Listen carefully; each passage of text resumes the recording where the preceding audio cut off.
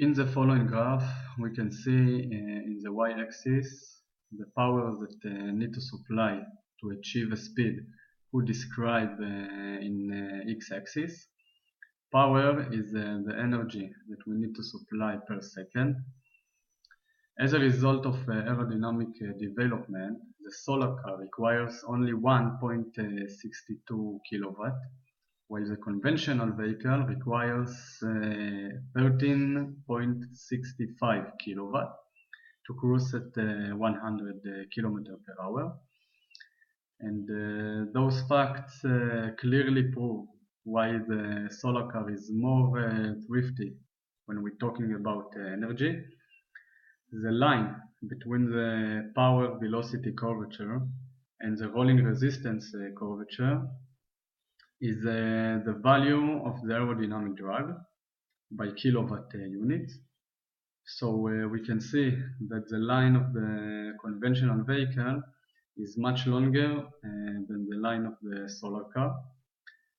The lowest value of the aerodynamic drag of the solar car shows how much important the body shape for the aerodynamic performance.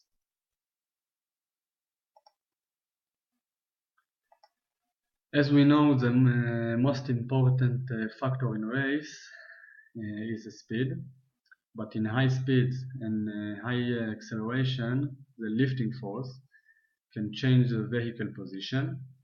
Before the race, the designer thought about neglecting this force, but they realized that this force must be taken into consideration. So the front of the car was lowered by approximately 0.4 degrees. In the following video, there is an example of a lifting force. We can see how the lifting force makes the front of the car raise.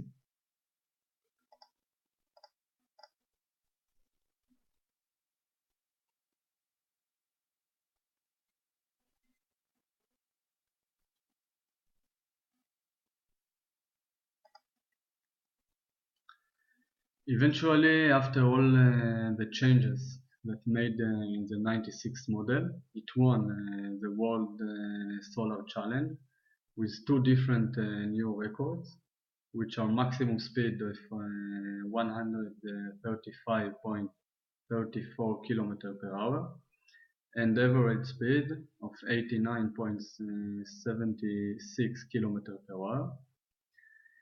After we work on this presentation, we hope that something in human thinking about energy will change and more people will use green energy instead of unrenewable energy.